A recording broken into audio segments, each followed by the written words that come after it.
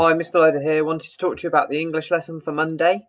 To start off with, I wanted to do some work on commas as a bit of a recap. So, obviously, a comma is a punctuation mark. Okay, I know you all know that. Now, we can use it as a short pause instead of using a full stop, but you don't want to use too many of them in a sentence.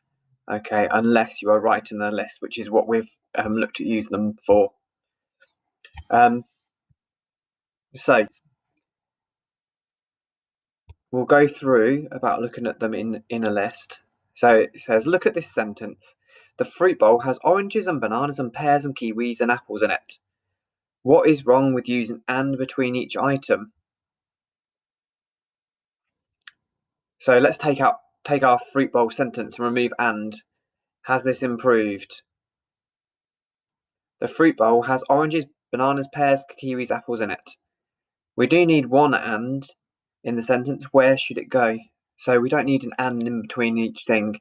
I always say that whether we're writing a list or not, there should only be one and in a sentence, and really we shouldn't start a sentence with and, because I see it as a joining word. So using one and, we need to put an and between the last two things in our list. Okay, so it should be the fruit bowl has oranges, bananas, pears, kiwis, and apples in it. So the last two things were kiwis and apples, so that's where the and has gone. Okay, but we haven't finished this yet because we need to put in our commas. So the commas go after each thing in the list, apart from, of course, the kiwis and the apples. Okay, we don't need a comma after those because we've got our and in between them. So a comma is put between each item in the list, but the last two items always have an and. So here's some other examples. The cockerel's feathers were brown, grey, orange, and blue. The road was busy, noisy, and full of activity. Now, I said this to you before, don't mix up things within your list. So, for example, the cockerel's feathers were brown, green, orange, and it had claws on its toes. Because we're on about the cockerel's feathers, we're not talking about its claws at the minute, okay? So don't mix up things within your list. Keep them all on the same topic. And it says, things to avoid. Don't put a comma before the first thing in your list, and don't put a comma in a list of just two items. There needs to be at least three things. If there's two items, you use an and. So this is for you to have a go at, okay? There's an example at the top. The castle was huge, strong, and safe. The castle had towering turrets, strong walls, and secret windows. So you can have a go, you could talk to someone.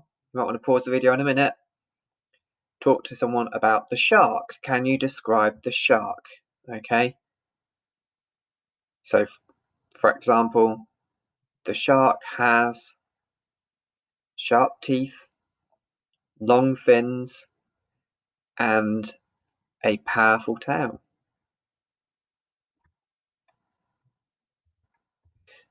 So, the Walt for Monday the 1st of February is to plan a poem, and it's going to be a descriptive poem. It's a 3-verse poem, so it doesn't have to follow any structure.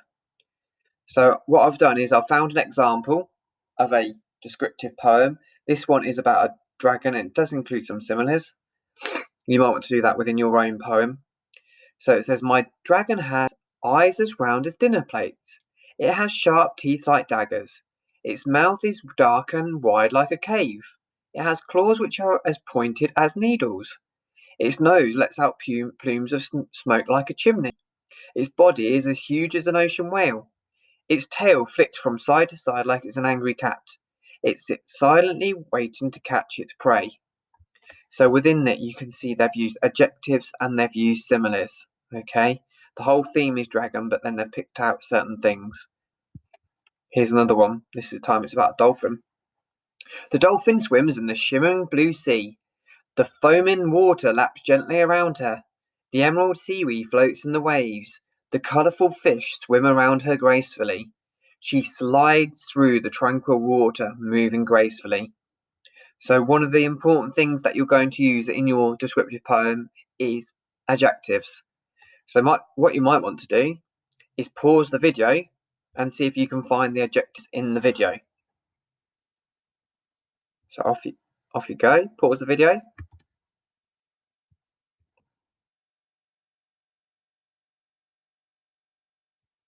So if we look at this poem then let's see if we can find some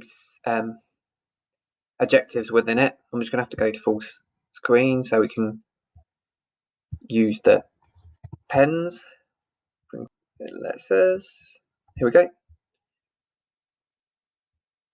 So the dolphin swims in the shimmering blue sea. Now the sea is the noun, shimmering blue are our adjectives. The foaming water laps gently around her. So water is the noun, sorry. Foaming is the adjective. The emerald seaweed floats in the waves. Seaweed is the noun. Emerald describes the seaweed, so that is the adjective. The colourful fish swim around her gracefully. So fish is the noun, and we've got an adjective to describe the fish. She glides through the tranquil water, moving slowly. Now water is the noun, and tranquil describes it. So there's our adjectives in that poem. Okay, here's another example. This one, of course, is themed on seeds. Little brown seeds, so small and round, are sleeping quietly underground. Down come the raindrops, sprinkle, sprinkle, sprinkle. Out comes the rainbow, twinkle, twinkle, twinkle. Little brown seeds way down below. Up through the earth they grow, grow, grow. Little green leaves come one by one. They hold up their heads and look at the sun. Right, now one of the groups within school, they came up with this plan the other day, and I thought I'd take a picture of it. They looked at the poems of the different flowers that we can find in the garden. They looked at the garden and they looked at the wind. Now our poems are going to focus on a garden. So I thought there's loads of fantastic language that they came up with of maybe things they find in the park or your garden. Loads of great language about flowers, the garden year, and the wind. So you might want to have a look at that and steal some of those ideas when it comes to planning your poem about the garden. And I thought I'd put some pictures on here. Now you might want to think about the different seasons and how the garden changes over the year. So you might use the idea of the garden year. And then again, there's loads and loads of when those flowers are in bloom, amazing colours that we can see. Okay, wonderful flowers.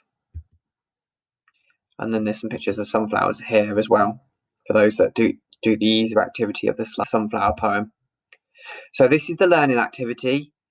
You've got to use the planning sheet to come up with words to describe what you can see, hear, touch and smell in the garden.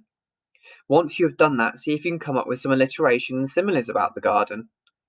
So you might want to pick some things within this. So, for example,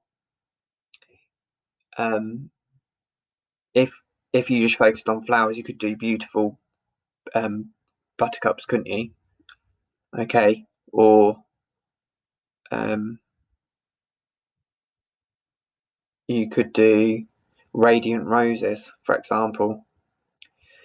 For those that want an easier activity, it's to make a plan for a poem about a sunflower. And your fly high challenge is, once you come up with all your language for the poem, see if you can develop the language that you use by looking at a thesaurus. Okay? Remember, if you are coming up with alliteration is where you have words with the same sound or same letter. Start with the same sound or same letter. Similarly, you compare it to something else using like or as. Okay? So the sunflowers stand up tall like a soldier. Okay?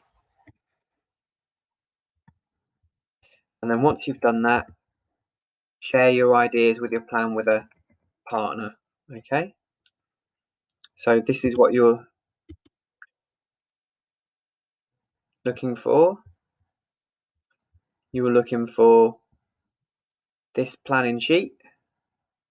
Okay, so you've got to come up with things that you can see, hear, touch, feel, smell, and then the alliteration similarly. So you're thinking of some adjectives for it.